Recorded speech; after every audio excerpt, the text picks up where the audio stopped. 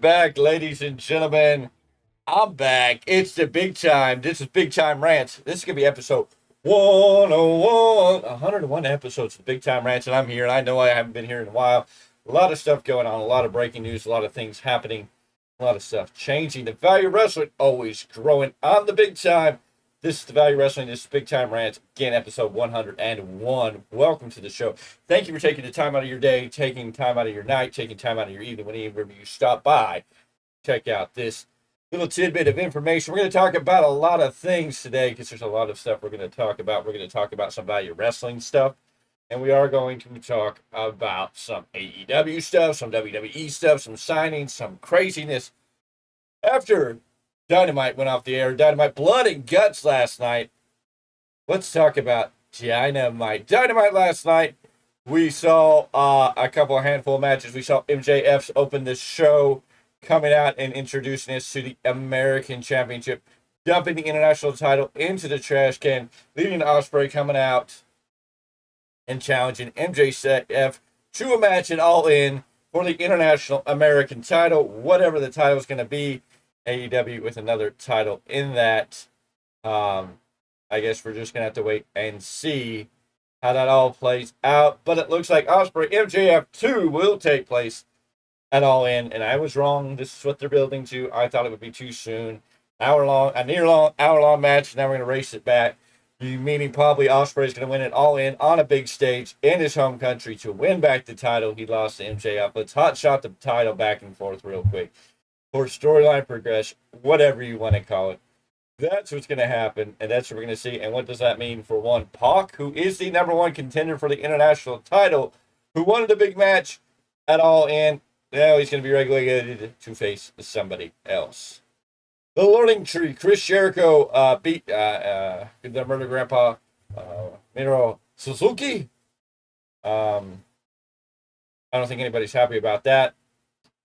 We had a conversation with Renee Young and Bryan Danielson where Jeff Jarrett wanted to step out and be the pep talking coach.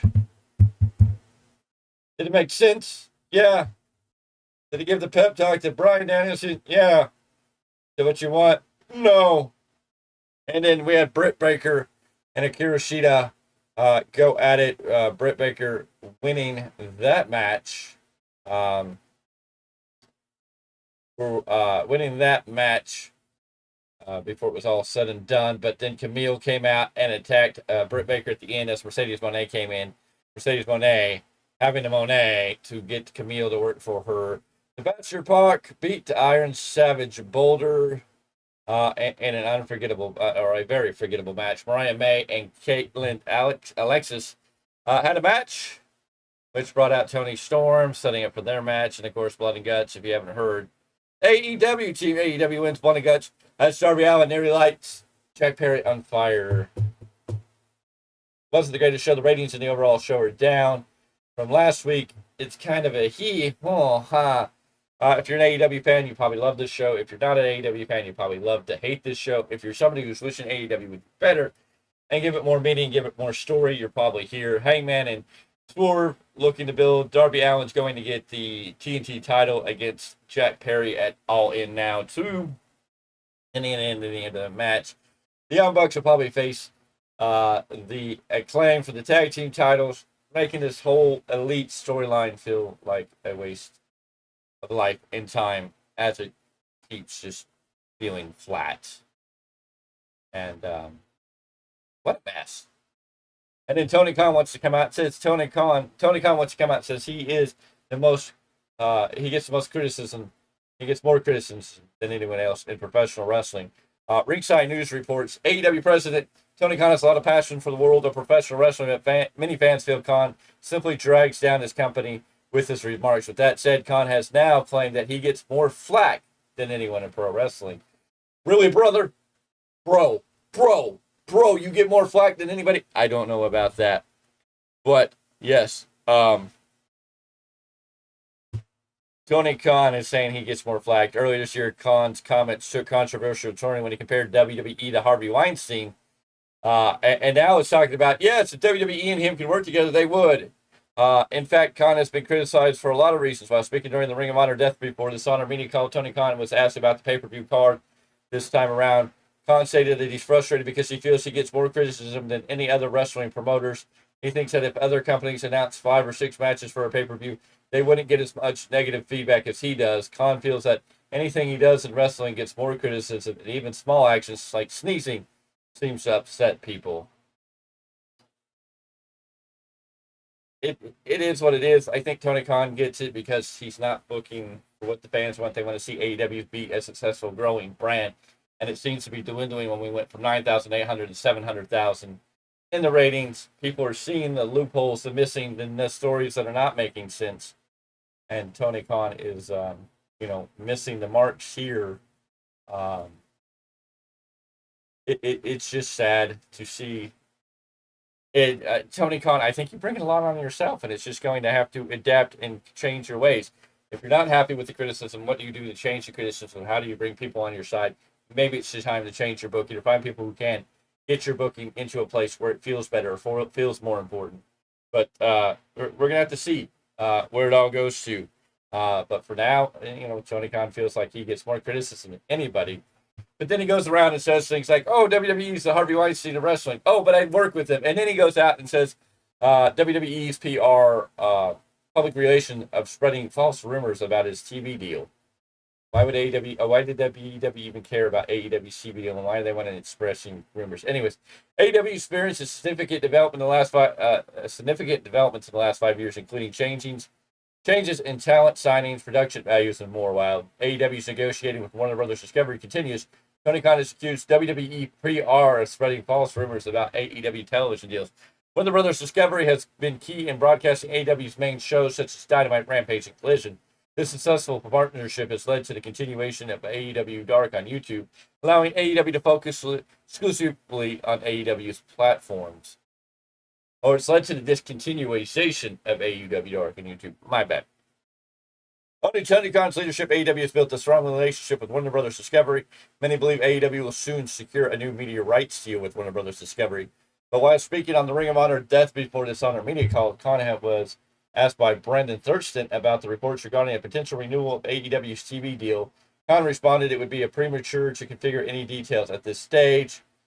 Confirm any details at this stage, though he mentioned that there is a very good ongoing dialogue with Warner Brothers Discovery. Khan also noted that he had heard from a prominent wrestling media member that WWE PR is claiming AEW's TV deal is complete and at the same level as before. However, Khan clarified this is not accurate. And here's what Khan had to say. "I don't usually do this, but since Brendan brought it up and asked, I had a major member of the wrestling media mention to me yesterday that WWE is telling people that, and I don't know why WWE is telling people about our media rights deals. I don't know whether it's any of their business. I don't really understand why WWE PR calls people and talks about my business. WWE PR is telling people that the deal is done, and that the deal is done at the same level that it was going to be our previous deal. That's not the case. I don't know why WWPR and why major wrestling media members were very credible and never lied to me. I don't know why they are telling people that it's none of their business. I think WWPR really gets involved in a lot of things they shouldn't get involved in. I can tell you that it's very untrue. When we make a deal for AEW, it's going to be a great deal with a big increase over what we've been doing. We're in a really good position and have been doing great business here despite their trying to do what they're trying to do to us." Very confusing. Who's going to Khan and saying that WWE's PR is selling them bad stuff is very interesting. Why is WWE all up in their business? I don't know, and don't think it really seems to matter. I don't know why WWE wasting their time. Is this one person? Is this WWE PR? Is it the company as a whole? It's just a hot mess every time we turn around and argue about this and argue about that. And it's like, I don't think WWE is spending as much time focusing on Tony Khan and AEW as Tony Khan thinks they are. But people are telling him stuff, and I think it just gets him riled up, and I think it's just fun and games for a lot of people. Hikuleo looks to be confirmed in WWE. Hikuleo, the brother and family member to Tongaleo and Tama Tonga. Will he join that end of the bloodline? Will he fall into the other end of the bloodline? Will he join Roman's side? Will he join the Solo Sikoa side? A lot of things are going to be interesting. A lot of people think that maybe he needs to go in NXT to develop his ways. Who knows? We're going to have to wait and see where Hikuleo is, but it definitely looks like Hikuleo has signed with WWE. A lot of places confirming that news. We're just going to have to wait and see until he turns up on TV, when and where, and how that's all going to play out. But the Bloodline glowing, the Bloodline feeling like a new faction. Could the Bloodline be as large as a faction like NWO? And of course, right now, if you look at the Bloodline, if you look at WWE, you look at AEW, the majority of the founding members of Bullet Club are either with AEW or they're with WWE at this point. WWE, or the Bullet Club, taking over the world in a whole new way when you look at the original founding members of Bullet Club and where they are today. Who knows if the Bullet Club could take over the world? Originally, really a part of the NWO, getting that passage of rights and a growing continuation. The Bullet Club came together as this great faction, of course, with the blessing of Kevin Nash of the NWO and the other aspects of the NWO, have really progressed to continue under a Bullet Club what the NWO used to be, and it's been great to see. And of course, you can always learn more about New Japan Pro Wrestling and Bullet Club and the elements of Bullet Club and all the different segments that have become part of Bullet Club. Now that they're on, if you pay attention to the New Japan Rebound, brought to you by Miguel C. Each and every week, we're right here on YouTube, always a day early on Patreon. So Tuesdays, the New Japan Pro Wrestling Rebound comes out on Patreon, and on Wednesdays, it'll air right here on YouTube. But go check out Patreon. A lot of great news articles, a lot of great stuff going on up there. So go check that out. But Hikuleo, the newest member, what is WWE going to do with him? Big contract signing talks about new contract signings. Delta coming out of Japan signing with WWE. WWE making a lot of big names. But somebody who's really pushing for a new contract, at least for money and length of time, seems to CM Punk. Yes, CM Punk looking to sign that forever deal with WWE, stating that he wants to be here for the rest of his life. He doesn't feel like he needs to go anywhere else, that he wants to finish his wrestling career in the WWE, and then when he's done with that, he wants to help run NXT. And we already know he's working side by side, putting input, helping out the younger guys and girls that are within WWE and NXT. CM Punk can be a great asset and the next person to step up when Shawn Michaels decides to step away from that key role and hand over the keys to CM Punk. With CM Punk looking to renegotiate since his return in November 2023. It was supposed to be a short-term deal for both sides, and it looks like they're going to reach a new deal for CM Punk to be around forever, or at least for life, if you know what I mean. Anyways, that seems to be a lot of the news stuff going on here and there, and still a lot of other news coming out. Of course, we here at the Value Wrestling got a lot of exciting news. Of course, we've opened a Patreon page, a lot of news articles going on there. Maybe doing some content over there that's going to be exclusive to Patreon.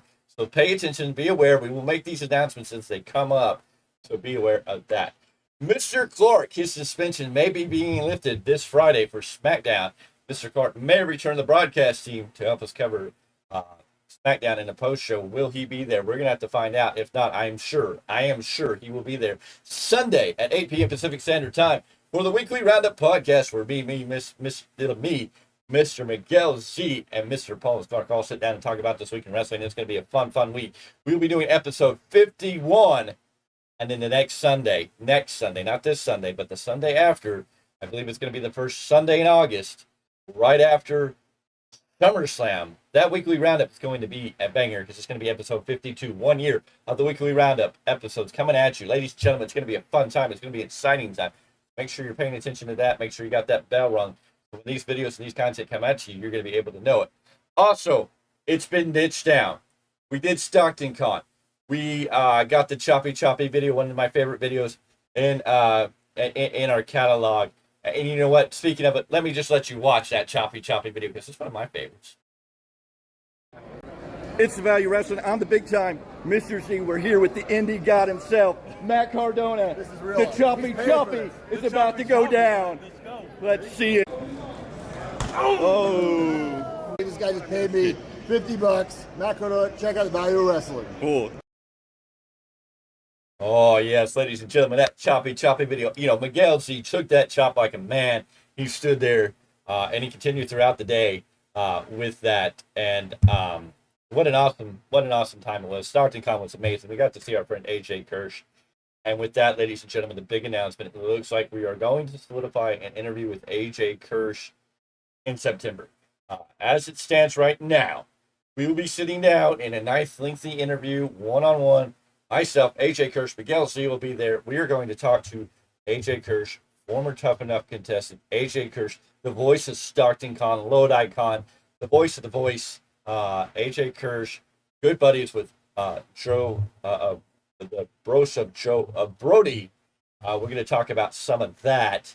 And we're going to talk about a lot of what's going on with him. We're going to delve into his history, what got him into wrestling, what it was like to be on Tough Enough, why he was suspended from the New York Police Department, and many other things that we're going to discuss with him. We're going to divulge into that, what he's doing these days. He's got a lot to share with you, our fans, and we can't wait to bring that all to you. It's going to be a wonderful interview. Look for that coming. It's going to happen at the end of September, so we'll probably air that beginning of October.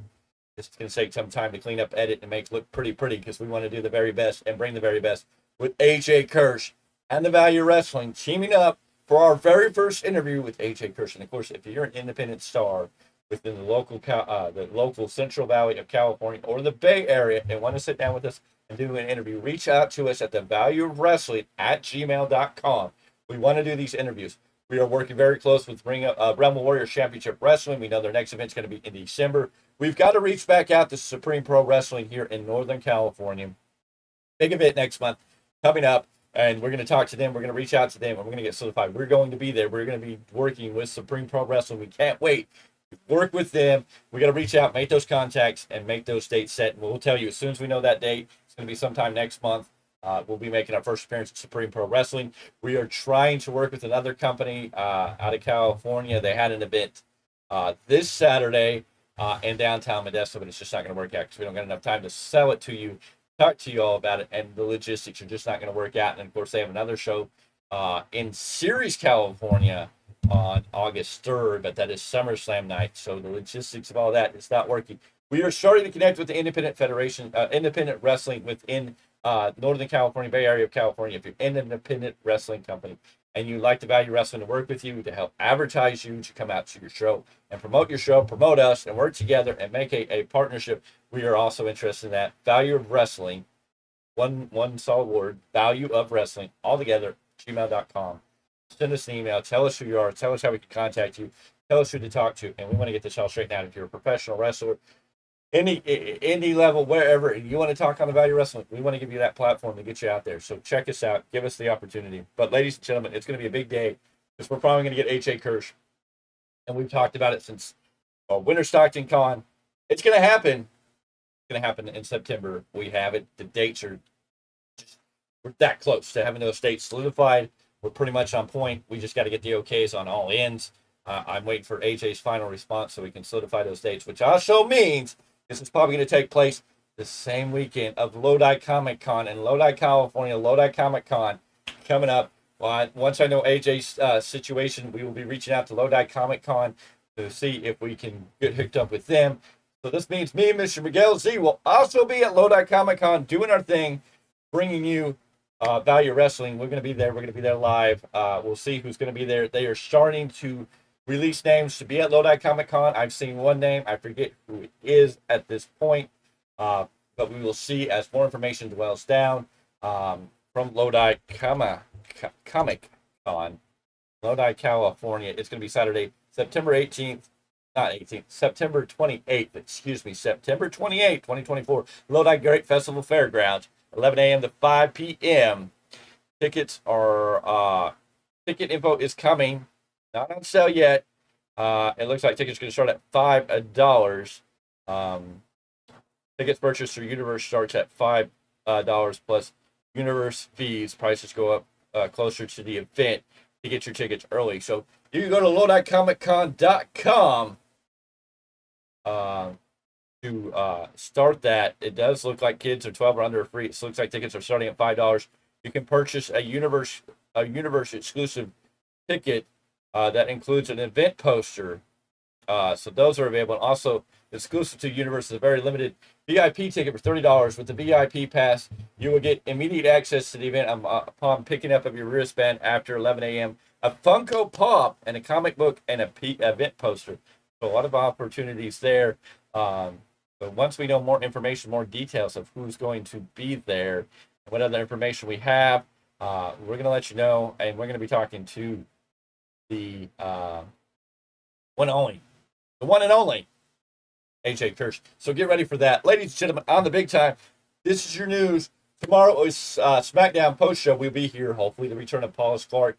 And ladies and gentlemen, we'll be here real soon because I'm going to do a collector's show. I've got a Kevin Nash signed. I've got a new one sitting back here that I just unboxed that I want to talk to you about. And we're going to discuss a couple of these other figures. It's going to be wrestling collectibles with the Big Time. I'm going to be doing one of those episodes here real soon. So be ready for that. This has been the Value of Wrestling. This has been Big Tyme Rants, episode 101, baby. We're growing. We're getting bigger. Make sure you join the Value Wrestling family. You can do that simply by hitting the subscribe button on this channel. Jump over to Patreon. Sign up for the Patreon. It's free right now. Get in while it's hot. Lots of stuff going on. The Value Wrestling is the fastest growing. One of the fastest growing wrestling podcasts in YouTube, and we're growing and we're making changes. We're making splashes. We told you this time would come. When those things started happening, when those things started in place, we were going to come and we were going to come loud, and we were planting our flag firmly in the ground. So you better be ready because the Value Wrestling, is coming. I will see you in the next video. It's the Value Wrestling. I'm the Big Time, Mr. Z. We're here with the indie god himself, Matt Cardona. This is real. The Choppy is about to go down. Let's see it. Oh. This guy just paid me $50. Matt Cardona, check out the Value Wrestling. Cool.